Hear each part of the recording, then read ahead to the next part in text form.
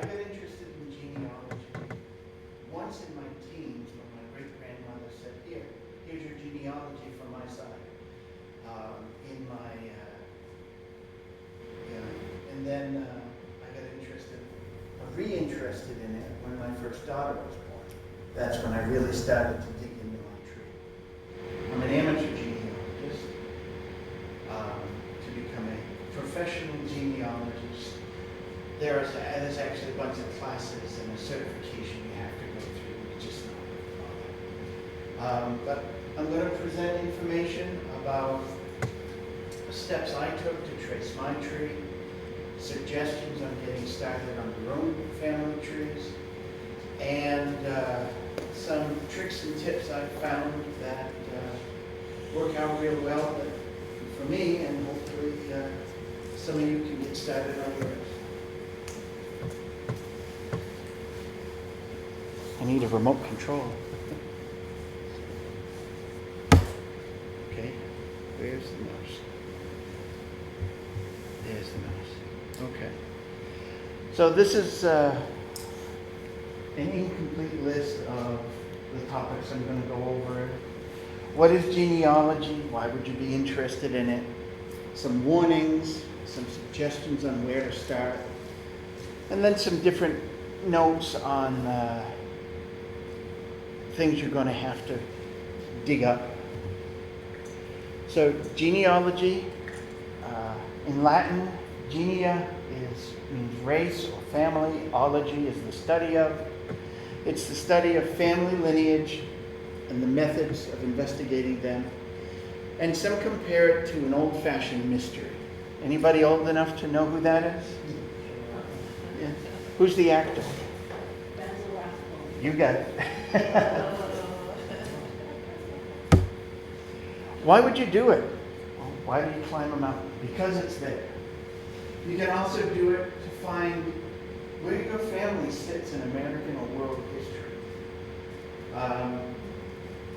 Do you have a famous name and you want to see if you bump into somebody famous? That's another reason. I got to give you a word of warning. It can be a very addictive hobby. It can consume all of your free time if you let it. And you're never really done until you get to Adam and Eve.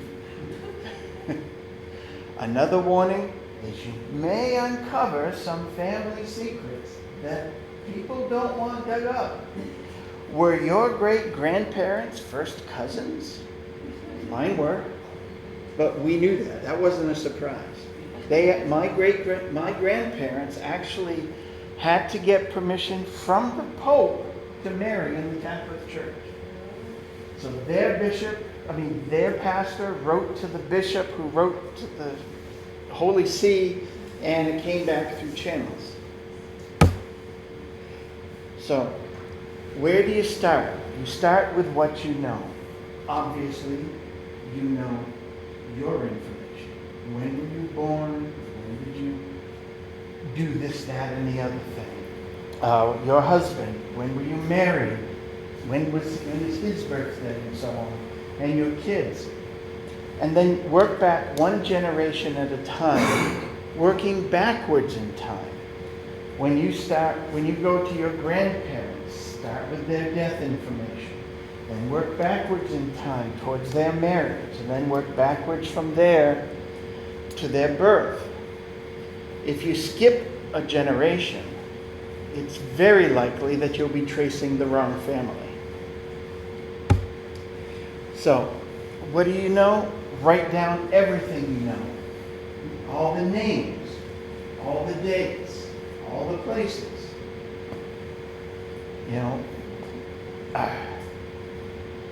If you have a date for something, you only know the year your grandparents were married because you celebrated their 50th anniversary when you were 10 years old. Well, write down that year. If you know the month that your great-grandmother was born because you remember at 5 years old traveling for 5 hours to go to this humongous party when she turned 100, write it down. And if you know a place, be as specific as you can with the place. Now, I find these things are really wonderful.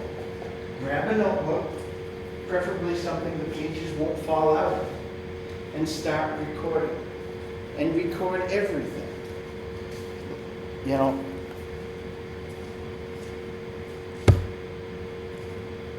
know, you write down what you know. Say, okay, on this date, here's everything I'm doing for my brain dump. And step 2, talk to everyone. You know that great maiden aunt who nobody ever visits? Go visit them.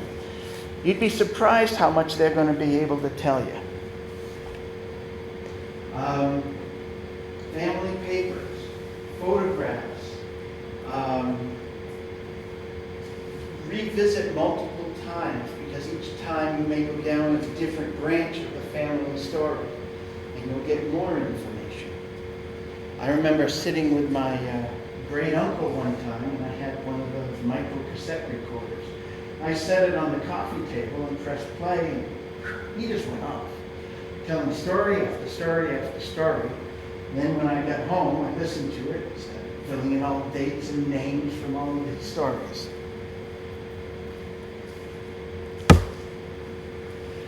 But there is a wrong way. Much of what you know is wrong. People's memories fade. Someone who's called an uncle probably may not even be an uncle. I'm guilty of that with my kids. Oh, we've got this uncle and that uncle and this uncle. They're just great friends of my wife and I. Names or nicknames might have been different in the old country. And people lied about their age, maybe to get into the army, maybe to stay out of the army. Stories get exaggerated, although I'm sure no one here has ever exaggerated one of their stories. In the old country, children frequently died at birth or really young, and they're never mentioned again. So when something records that here's 10 siblings of this person, only 5 of them may have grown past the age of 3. And I don't know if you've encountered it, but I have. It's a lot easier to say, oh, I'm from Boston, rather than saying, oh, I'm from a little town outside of the Fitchburg, Leominster area. So you've got everything that you know, you've got everything that all your living relatives know. You compare them, there are going to be differences, but make note of the differences. There's no guarantee that any of this information that you've collected is correct. You're going to verify it later. But this is your oral history. These are the stories of your family. If you like Star Trek, the Klingons are very into the oral history. You've got to say the stories. You've got to bring them to the next generation. Oral history isn't proof. It's your starting point. Don't forget the old photo albums, the family records, that box of old letters from when your grandfather was writing home from World War I or World War II. And something that I stumbled across when researching my wife's family, the family Bible, there are pages in the front that are specifically there, blanks for recording births and marriages and deaths. And you find one of those, and it's a gold mine, because those will be accurate dates, because they were probably filled out within a day or two of the event. So keeping notes. I've already shown you that I've got 3 or 4 of these now. This one starts in September of 1999. This is my first book. No, that's my second book. The first book's over there. When does that one start?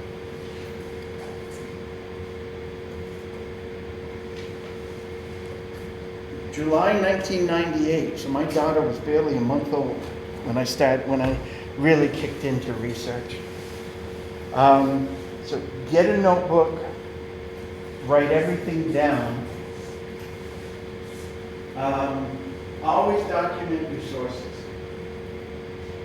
When I do that, I write down, okay, what's today's date? Where am I? Am I researching in the public library in Winchester, New Hampshire? What is the document I'm looking at? Microfilm of this, the Keene Star newspaper. What's the person's name and what's the information that it provided? The more you record at the moment you discover it, the less likely you are to have to go back and re-find it because you missed one piece of information. So there are two types of charts that are useful for tracing your family tree. And I've got some blanks here for you. One is the ancestral chart or the pedigree chart. These are so darn dry. Would you like me to pass them out? Oh, thanks. Oh, this is my wife, Andrea, everybody. So Hello. she's going to be drafted as my assistant. So this just it shows you the direct pedigree or the direct ancestors from yourself, your parents, their parents, generation after generation.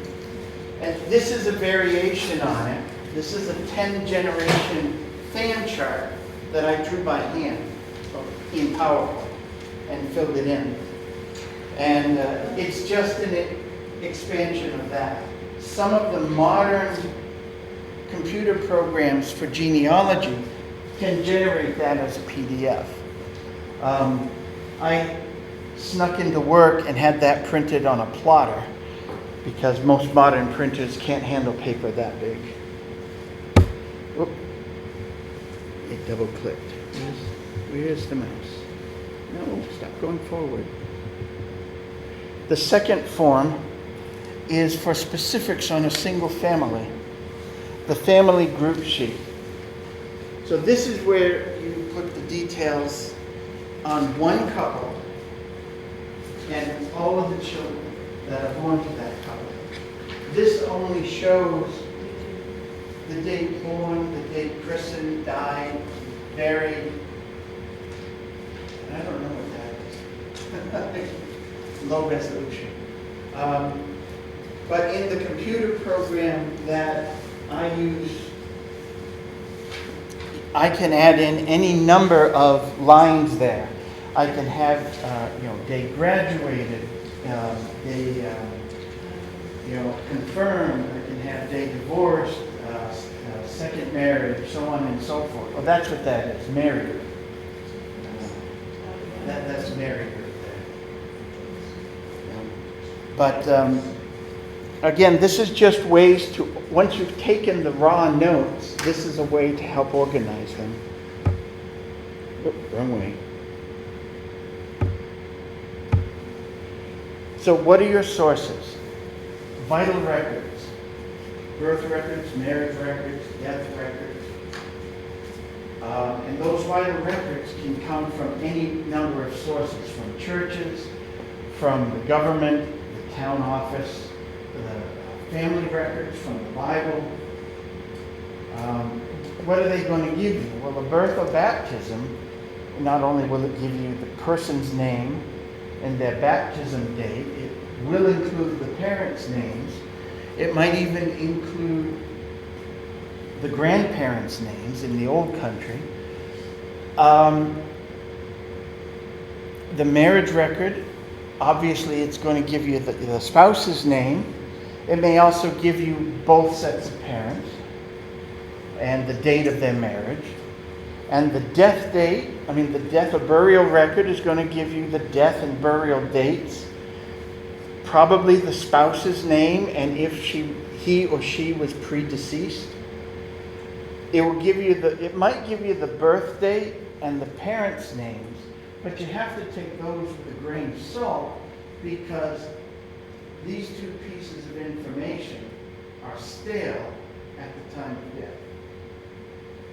So they may say, oh yeah, he was born in January. Well, or no, they may say he was born in June because we celebrated his birthday every June, but he was really born in December and just didn't want to have a birthday near Christmas. So he had everybody celebrate it in June.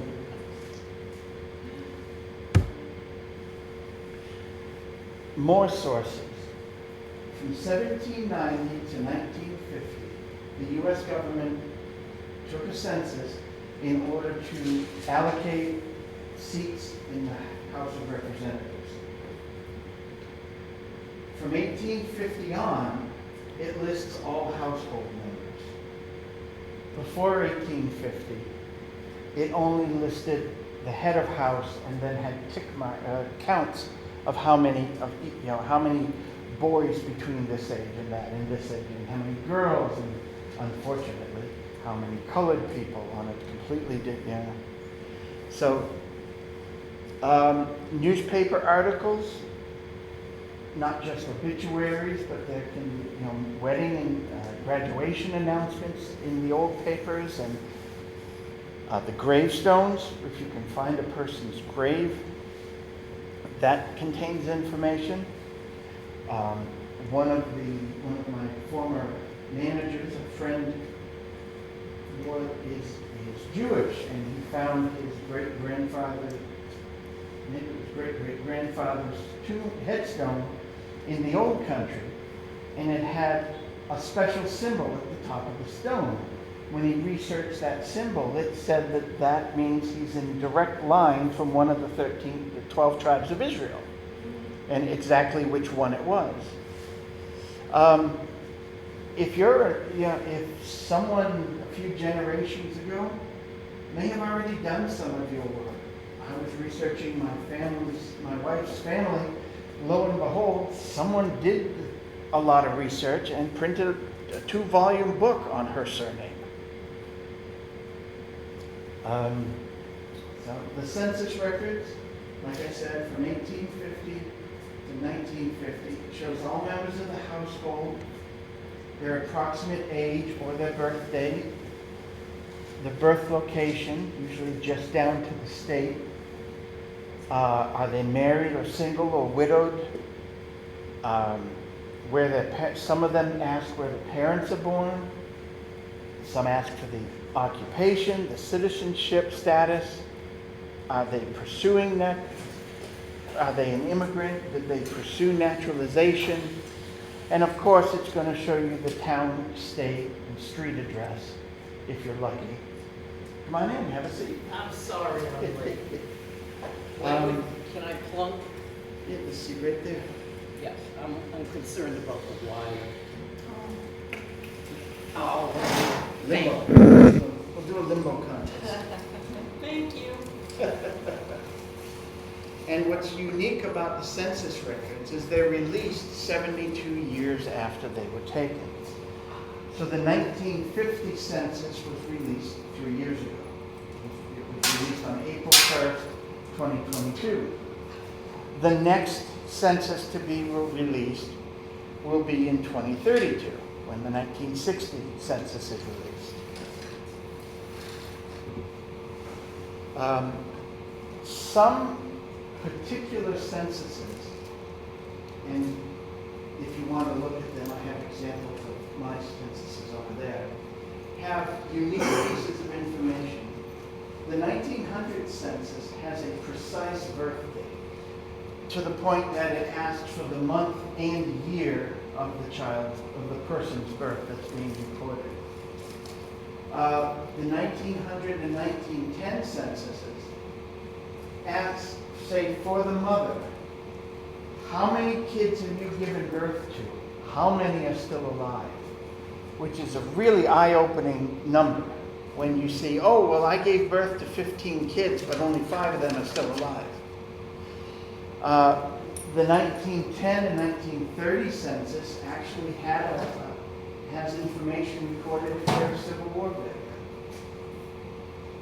Between 1900 and 1930, their year of immigration and their citizenship status is recorded in there, such as, are they naturalized? Are they pursuing naturalization? the census records say whether they were a property owner. The 1880 census asks health questions. Are they deaf? Are they blind? And all the other categories I would now consider insulting, so I'm not going to say them now. Now, why is this information important? Well, for property, okay, they were an owner. Now you can go back to the town and say, hi, I want to see the deeds for this property. And now you've got information about your ancestors' time owning the property. If it says they're a Civil War veteran, now you can reach out to the government and get copies of their pension records. Oh, God, their pension records are gold mine. If they were pursuing immigration or they got their citizenship, well, now you can get their immigration status from the government, and now that will tell you where they came from. The lost children part, well, again, that's okay. So as I'm looking at church records or census records or such, I know that there could be up to this many kids, but most of them didn't make it to the 1900 census, so how old would they have been? You had a question. Yeah, my relatives that came here didn't speak any English. Their name was changed 4 times that I found. Yeah. So I had a really hard time figuring out who they were. Yeah. I mean, on my father's side, both grandparents had 4 name changes. Mm-hmm. So how do you find who they actually are? And all the records were burned in a fire. Yeah. So, Yeah. and I've gone to the, I pretty much went to the National Archives, I've gone to the naturalization, and they don't know who they are. Yeah. So Part of it comes down to if you know where they lived at certain times, you might be able to match up the first names. They already did that. Yeah. It's not, Yeah. I mean, I do have a baptismal record of one of their children that died, and it actually, they had their surname on there, Mhm. but it's very hard to read it. I mean, I'll show it to you if Yeah. you could translate it, but it's written how they wrote things, Mm-hmm. 150 years ago. Yeah. So it's hard, and they wrote it like in the European handwriting. Yes. So, Yeah. And she mentioned records getting burned. An entire census, the 1890 census, was lost in a fire. I cannot tell you how many important pieces of information from my family would appear in that census. There are a handful of papers that survive, but they're very few and far between from that one. Yes, sir. Just a note, if any of your family lived in New York, New York for many decades had a New York State census on Yes. the 5. Yeah. they're all Pennsylvania. Yeah, because the 1890 missing, if you've got 1885 and 1895 from New York, you can. Yeah. I did look at the Pennsylvania, I know where my grandparents settled, and I looked at the immigrants that had a similar last name as one of my grandparents would have, at least one of them, the other one, there's nothing. But I did find like the year was like very similar for birth, and then, so but it was like I found one name that was changed, even that name was changed. Yeah. So, That Do is the a names problem. sound the same? well, it wasn't, I mean, I can't really, I don't even know the letters of the country. They were Polish, so one of them was like 13 letters long. I Yeah. don't know how to pronounce it. And then the other one is, maybe there's a variation of 2 or 3 different letters, but I think they would be pronounced sort of the same, so I think it was the same person. But then, like, the next variation of the name, like, if you go by this, is like 5 variations of the same guy. Yeah. And I know it's the same guy because I was tracing where he lived in, but I still don't know. Like in the baptismal record, it doesn't even have those names. So Yeah. I don't One know of who the- guy is. One of the features that's useful in the census records is that they pull together a soundex, which is the person's name represented as a number. And they generate that number by taking the first letter of the last name, then removing all the vowels, Yeah. and using the consonants that are left to come up with a number. So, it's some of the, I've seen that, but Yeah. I didn't know like, how it was built. Um, It's really interesting. yeah, like for my last name, Laford, my soundex is L163. Now, how they get to that 163, I don't know, but when I was starting my genealogy research, that's the first thing that they said, oh, go to this website, type in the name you're looking for, and here's the soundex that you'll want to use. Because for the census records, there's not just the full census, there's also, for some of them, a soundex index.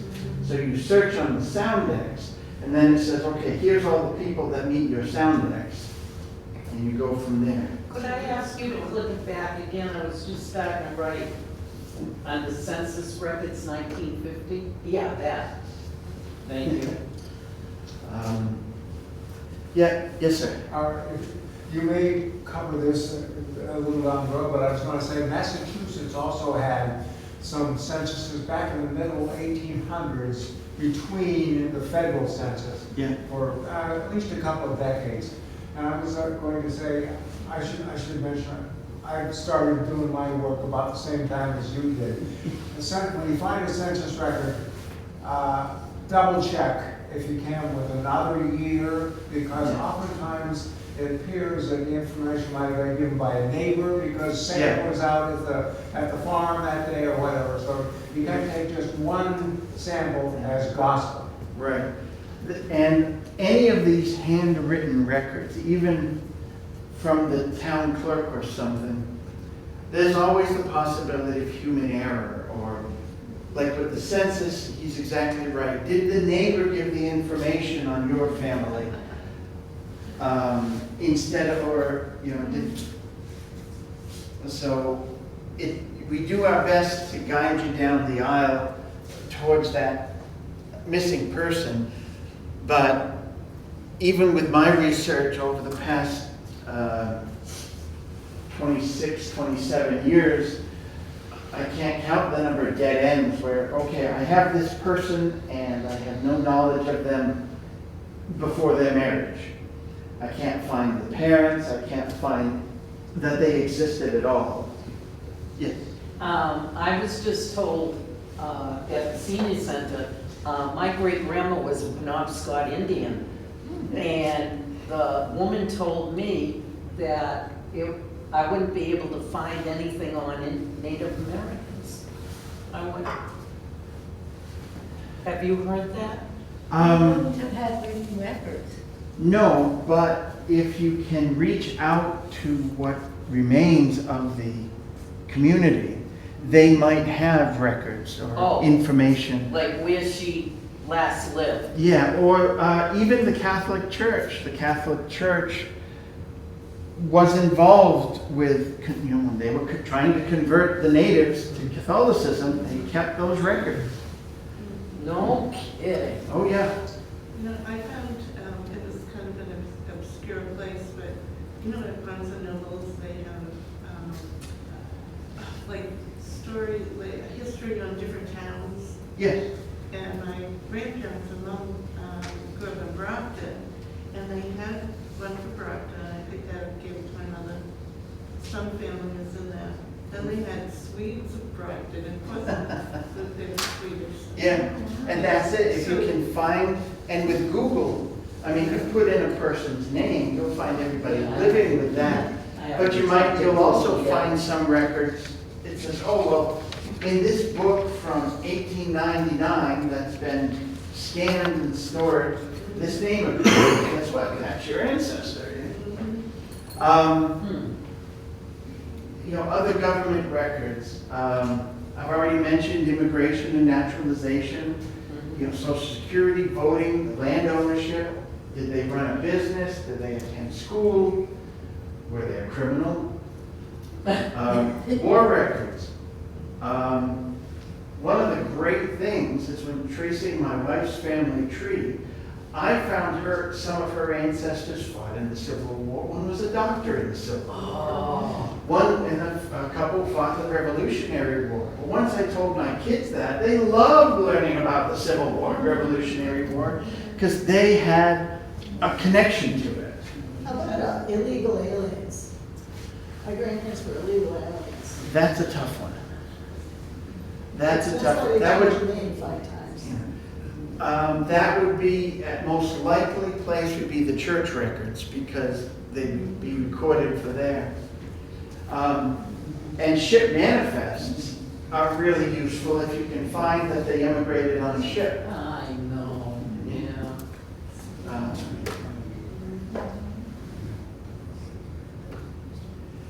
Now, what about online?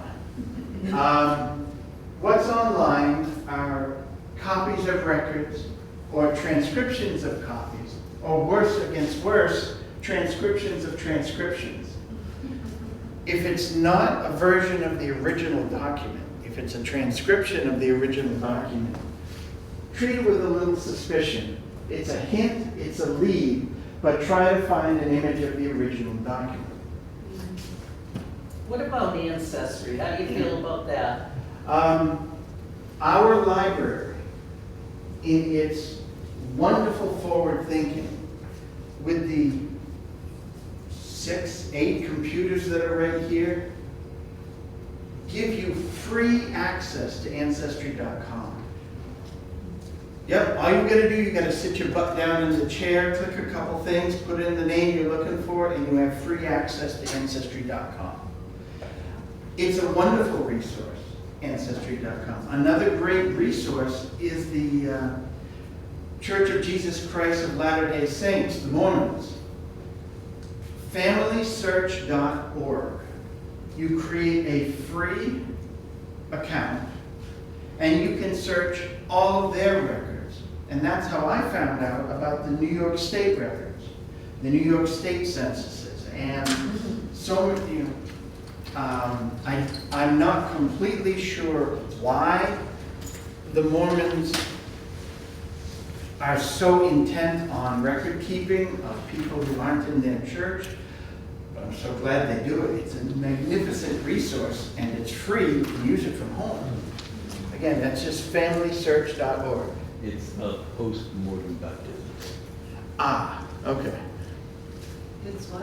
Post-mortem baptisms. After the person dies, once they've been researched by the Latter-day Saints, they're part of their church, was to be saved when kingdom comes.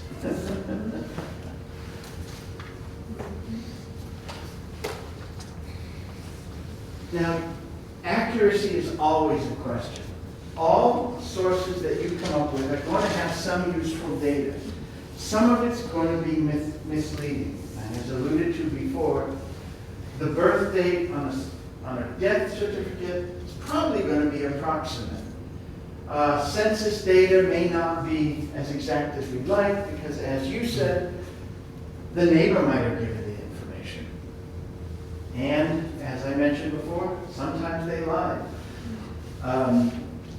So, my last name is Laford. My father's birth certificate has the F capitalized. My grandfather's baptism certificate has L-E-F-O-R-T. And my great-grandfather's baptism certificate was L-E-F-O-R-T without the F capitalized. And in the censuses, I found these 4 versions. Oh, boy. My husband's name's definitely been switched over the years. So, name changes. A lot of people believe Ellis Island had a Bureau of American Names. That's false. When you're getting off of a boat and you barely or might not even speak the language, someone pulls up a piece of paper and says, "Are you thus and such?" You say, "Yes," because you want to come into the country. My family, the bulk of them are French Canadian. They walked over the border from Montreal to upstate New York. So names get translated. LeBlanc becomes white. Allard becomes noble. Oh, and this one's actually in my family. Beau-parler, French, translates to beautiful speech. And that's the way they showed up in a record I found. Once I figured that out, with the help from someone who's more of an expert in it, I was able to untranslate it to Beau-parler, and now, then that opened up all of the French-Canadian ancestry because I had the right name. And names get simplified. One of my ancestors was named Tessier, and their name became Tacy. And I remember seeing a PBS cartoon or something about a family that came into America or through Ellis Island. You know, if their name was Weisenheimer, when the person says, "Are you Weisen something?" He says, "Yes, okay, your name is Wise now." Because he's got 500 people from one boat that just came in, and he just wants to get through them and gets home. So, okay, your name is Wise now. It's not an official bureau. It's just, hey, I want to get my job done as simple as possible. Geography changes. Date changes. In 1752, we lost 11 days from the calendar when we changed from Julian to Gregorian. A person could have multiple spouses. Adoption is a concern. You could be raised by an aunt or an uncle or grandparents. But the person would refer to them as their parents, even though they weren't. Births outside of marriage often cause a little bit of questioning because the father's name might not be known. Name changes are always an issue. And for French Canadians, there are nicknames. So-and-so did thus and such in French Canadian people. They had the dit was also known as. So one of the people in my family we looked up was Tessier dit mosquito, whatever mosquito is in French, I can't remember. And America is filled with ethnic-specific genealogy organizations. As I mentioned, I'm French-Canadian at 75%. And I found through someone who inspired me to keep up with my genealogy, the American Canadian Genealogical Society in Manchester, New Hampshire, is filled with people who are tracing their French-Canadian ancestry. And these are people just like me who are into genealogy, but they're in it more to the nth degree with a lot of expertise in that French-Canadian ethnicity. So I threw that beau-parler, I threw that good speech or beautiful speech question to them, and they said, "Oh, that's a great question. I'm going to help you write an article about it for our newsletter." And so she helped me with the research to figure out, okay, beautiful speech was from beau-parlance, and here's the individual, and using the French-Canadian records, I said, okay, here's a tree I didn't know anything about. So if you're Swiss, I'm sure there are Swiss organizations for genealogy. You just got to use Google again. And I think I pay $35 a year, and I get to email as many questions as I want to them. I don't always get answers. There's also, I forget its name, but it's like is it Massachusetts Genealogy Society or American Genealogy Society on Newbury Street in Boston. Now that is filled with professional genealogists. They're just about to open up after a forced 5-year refurbishment of their facility. They started it because of COVID. But like I said, it's on Newbury Street in Boston. I don't know the exact address, but if you type in genealogy Newbury Street, Boston, it'll tell you the name of the organization. I was going to say, I'm very familiar with that from a dozen or more visits down there. As a matter of fact, they have a website to American Ancestry. And there is a fee, although at least Lancaster Library has a partial access to that website. Yeah. And that's especially good for New England, I found. Yeah. It just reopened about, I think, either it just has or It's about a week or yeah, something like it's, that. I think it's like February 1st they come New open. England Historic Genealogical Genealogy Society, Yeah. NEHGS. Yeah. Say that Wonderful again. place. H, NEHGS, American Ancestors is their website for online search. Yeah, another great resource that I forgot to include in here is the public library. Not just because of their online systems, but I went up to the town where some of my mother's parents were from and some of her ancestors were from. I sat down, I pulled out the annual reports for 1900, and I started looking through them, and boom, there are all the births, there are all the deaths, there are all the marriages recorded in the town. So you won't have to go online. You can make a day trip of it, find the best restaurant that your grandparents used or great-grandparents used to eat at, sit in the library and go through the records. And a lot of libraries, if you say, hi, I'm here to do genealogy research, they'll take you right over and say, okay, this entire bookshelf is yours for the using. And now, what's really nice is we all carry little cameras in our pockets. So when you find, that's them, click, click, click, click, you now have a copy of the real record. I noticed that we don't have annual report books in Lunenburg anymore. Yeah, a lot of towns have done away with them. The They- further back you go, the more likely you are to find them. So, DNA, how does that affect? It's simple to do. You swab your cheek, you send it in, and they send you back a report. Ancestry.com, well, you make a free account. You can also make a paid account and get access to everything, but you can make a free account, and it shares your contact info with anybody that you match with. Because I know you didn't, and you got a few people who reached out to you and said, hi, I'm a DNA cousin from Ancestry, and I wanted to share information and such.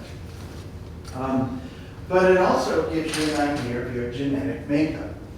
Oh, well, I think I'm from Ireland. Well, guess what? It's coming up as Russia.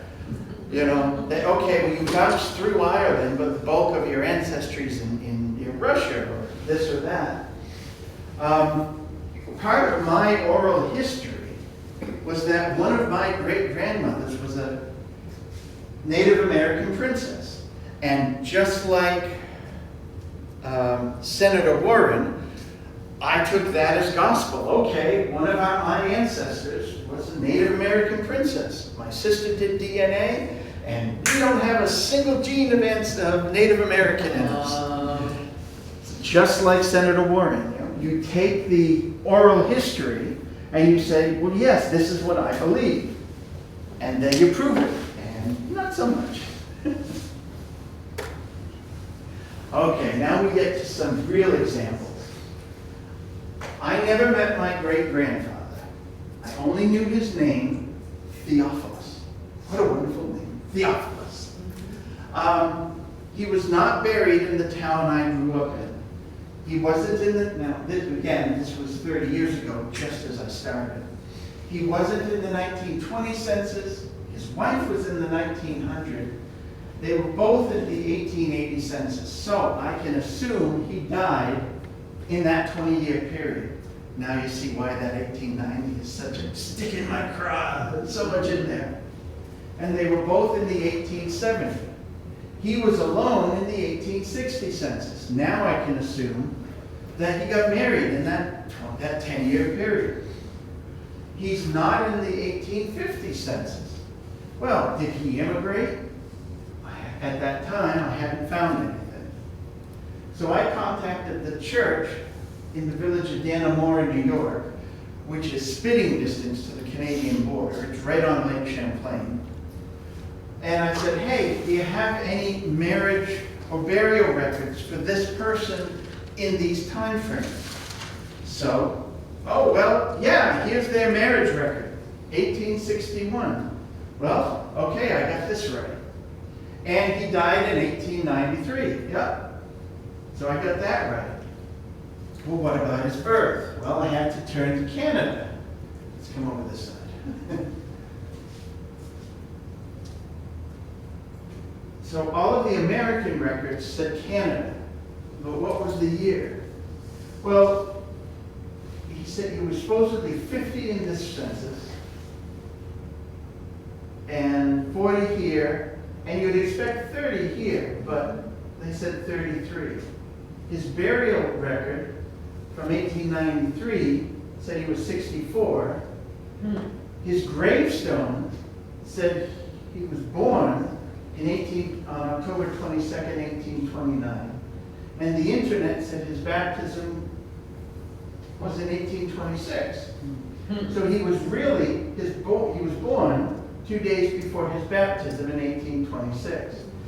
So each piece of information got me, as I got closer to the event, each piece of information got me closer to the right date.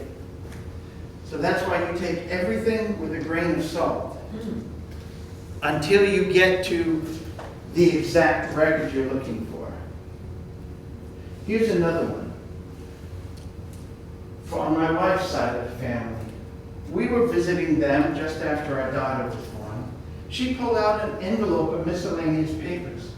One was a DAR application. Anyone know what that is? Daughters of the American Revolution. And it referenced a book that was published in 1899, Genealogy of the Crane Family. Well, that's my wife's maiden name. All of a sudden, boom, I had it back until her ancestor entered the country through stowed away on a boat coming into Boston. It went back 7 generations. Someone did all the work for me. So verifying that work was trivial because I had all the exact dates and locations and such. Another thing is, once you find an ancestor who's done a DAR, you just have to connect from that ancestor to yourself, and you can become a DAR. What did that stand for again, please? Daughter of the American Revolution.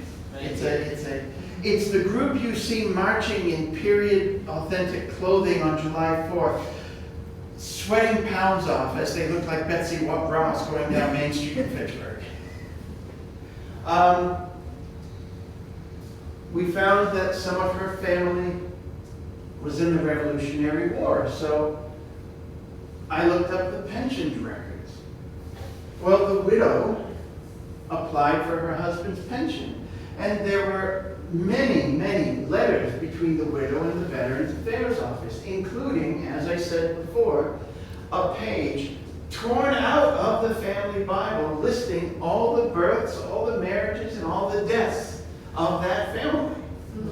So that's why these veterans records for the Revolutionary War and the Civil War can be a gold mine. We were talking to an uncle. You remember which uncle it was?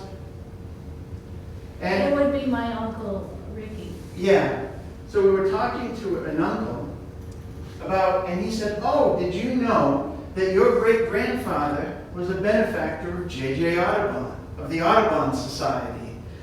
And her uncle funded one of his trips and actually has a bird named after him by Audubon. So again, all of this family history might be tucked away in somebody's noggin, waiting for you to ask the right question. Now, the next one is not me. It's that person, that great friend who kept me interested in genealogy, who's Jewish. 4 brothers were born in the same house in Eastern Europe, but each brother was born in a different country. Yeah, yeah, around Minsk. Yeah, I mean, especially over here, near what's now Russia. Oh, those things changed a lot. So 4 people, siblings, born within a few years of each other, and each one was a different country. It's down to change the borders too. Yeah. And places disappear.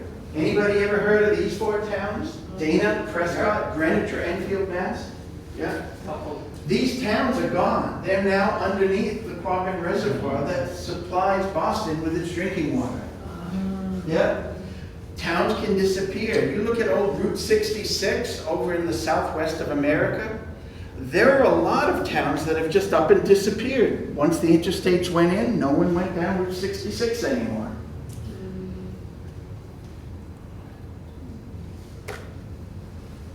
So, starting points. I've mentioned a few already. The ethnic genealogy groups, the New England Genealogical Society on Newbury Street. In Waltham is an actual National Archives facility with all the microfilm. So when I was starting this in the late 1990s, and Ancestry.com wasn't a thing, I was visiting there on my days off, sitting down on a microfilm reader and spinning through microfilm to find things. I don't know if this is valid anymore, Cindy's list. That, at the time, which was the better part of 20 years ago when I put these slides together, that was a unique resource. It's a list of lists about genealogy organized by topic. Isn't it a lot of it like European, doesn't it have a lot of census? Oh, it has everything. Yeah. Yeah. This might be a place to start for your Native American stuff. Of course, Ancestry.com, I've already mentioned that there's free access here in the library. All you've got to do is sign your first name at the checkout desk, sit down, and genealogy.com, rootrev.com, familysearch.org, again, that's the Latter-day Saints, the Mormons. That's really, really helpful. And independent web pages. I just came across this one recently. This person, Steve Morris, he has his own website, and it was along the same lines as Cindy's list. It was a list of lists about topics organized in a certain way. And local libraries often have, if they don't have their own local genealogy group, somebody probably knows somebody that can tell you who the local genealogy group is. So if you're looking for someone who specializes in research in southwestern New Hampshire, a librarian will probably know who to contact. Or you want someone in in the extreme north of Maine, up near the Canadian border, well, you email the local library, somebody there's probably going to know, oh, you need to get in touch with John, or you need to get in touch with Joe. So I can't say how many times I've emailed the local librarian, or I've Googled, another cheat I've done, I'm a member of the Knights of Columbus. So I've said, gee, I wanted to do, one of Andrea's ancestors disappeared. We lost him. He divorced her ancestor, and he just disappeared. And through a little more digging, I found that he ended up in the army in, was it New Mexico or Arizona or Nevada, somewhere out in the desert. And so I emailed the Knights of Columbus Council out there, and I said, hey, this person is out there. Can you look through the church records for me and see if you have a record of his death? I'm sorry. And they said, sure, and they got back to me. They sent me a picture of his grave. The problem is, it's a cemetery where the first 100 yards have no headstones, and that's where he is. See that empty spot there? That's where we think he is. And so one of her relatives said, do we want to put up a stone in memory of him? And I said, well, we really don't know that's where he's buried, but we know that's the cemetery.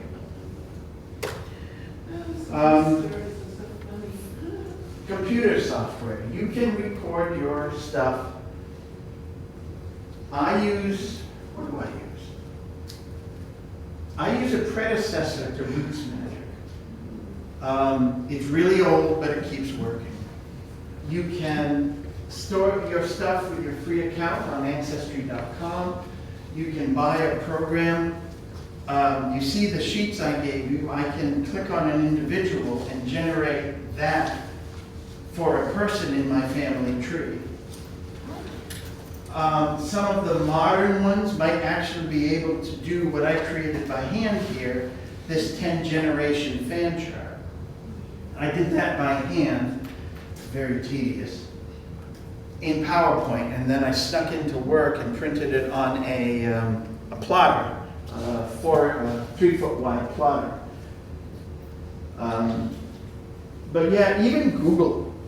You Google somebody's name, death, and put in a year, and see what it comes up with. The worst it can do is give you nothing, and it didn't cost you a penny. I love making day trips out of my research, and my wife will attest to this, that I'll say, okay, let's plan a vacation in this direction, and then I can spend a day we can spend a day walking this cemetery. We spent a Saturday or a Sunday walking through half a dozen cemeteries in Connecticut until we found different ancestors of hers. And then we were able to take a picture of the headstones and just confirm some of the numbers we had. My next genealogy field trip hopefully will be up to the suburbs of Montreal.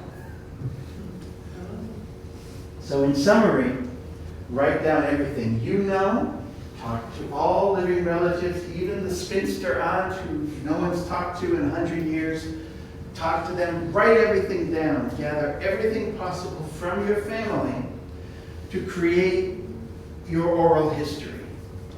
Then start filling in the blanks. The U.S. Census is the easiest because they're taken as of April 1st every 10 years.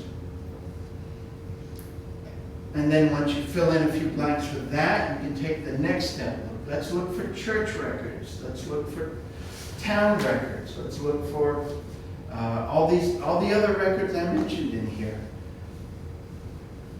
And again, going one generation at a time, going backwards in time, one step or one event at a time, it will lead you down the best path. And don't hesitate to reach out to the town clerk, the village clerk, the church secretary. A simple email, everybody's got email now if they've got a public office. They may say, I found that people in New York are sticklers. Oh, you've got to pay the $25 fee if you want a copy of this birth record. And I'll say, okay, can you confirm it exists?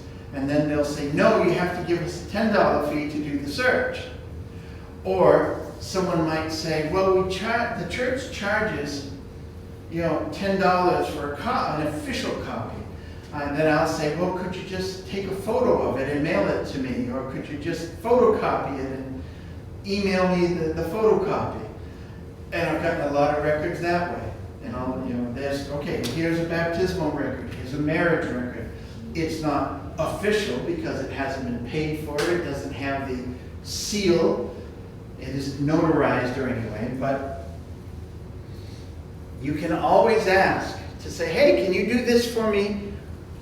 I never say, can you do this for me for free?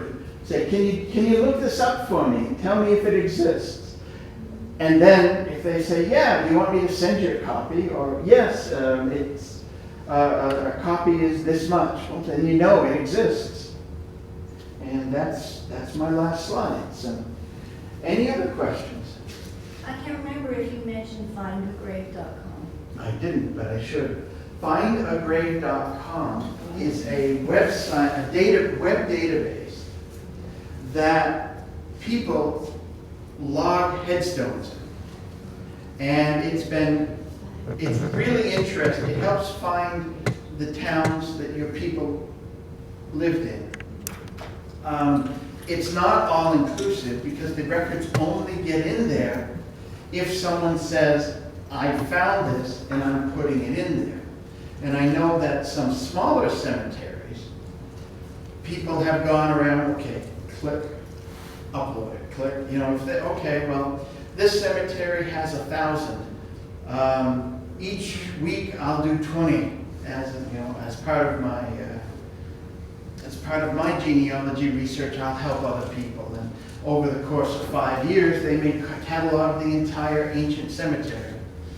Humongous cemeteries usually are only done by the family members who found their ancestors, and they're not going to document the whole place. But it's another resource. That's called what, Find Graves? Findagrave.com. You just brought back a memory. When I was growing up in Easton, there was a street near me, it was called Picker Lane, and at the end of the lane was Picker Farm.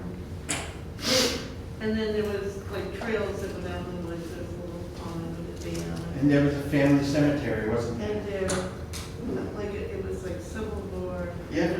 Like these, but there were only like maybe 6 or 7 headstones. One family, 1 or 2 generations. Yeah, those are the hardest ones to find because they've been claimed by nature.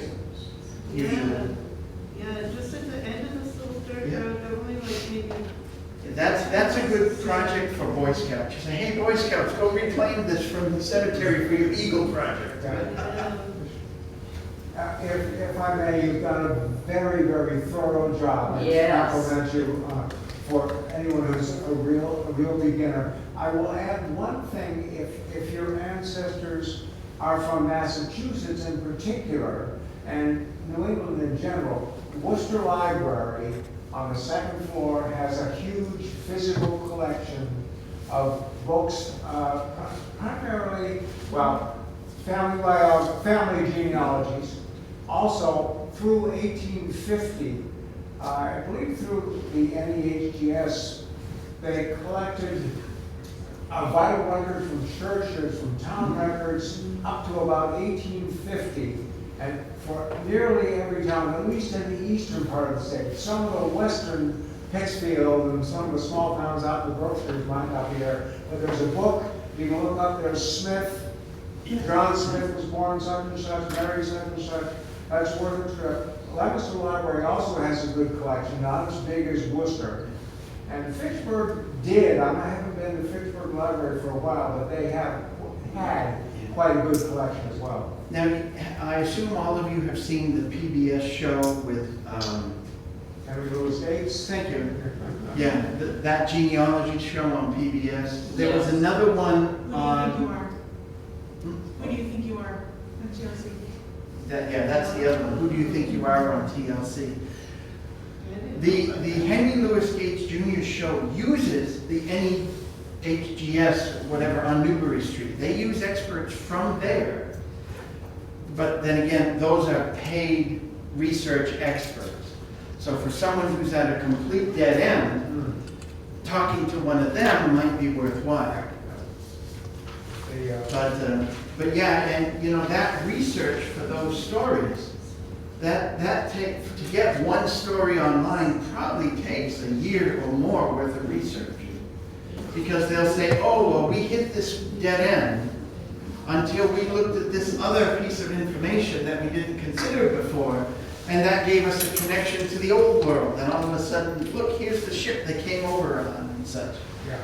So It's amazing how they can solve 2 mysteries in an hour. Amazing how they can do But that. again, it's because they have so many professional people behind the scenes that that is their 40-hour-a-week job, to do that research. Thank you so much. That was awesome. Any other questions? No? Thanks for coming today. I've got census examples over there and some other research examples if you want to peek at my documents, some of my documents. Thank you so much. Excellent job. I was wondering if you could look at, back to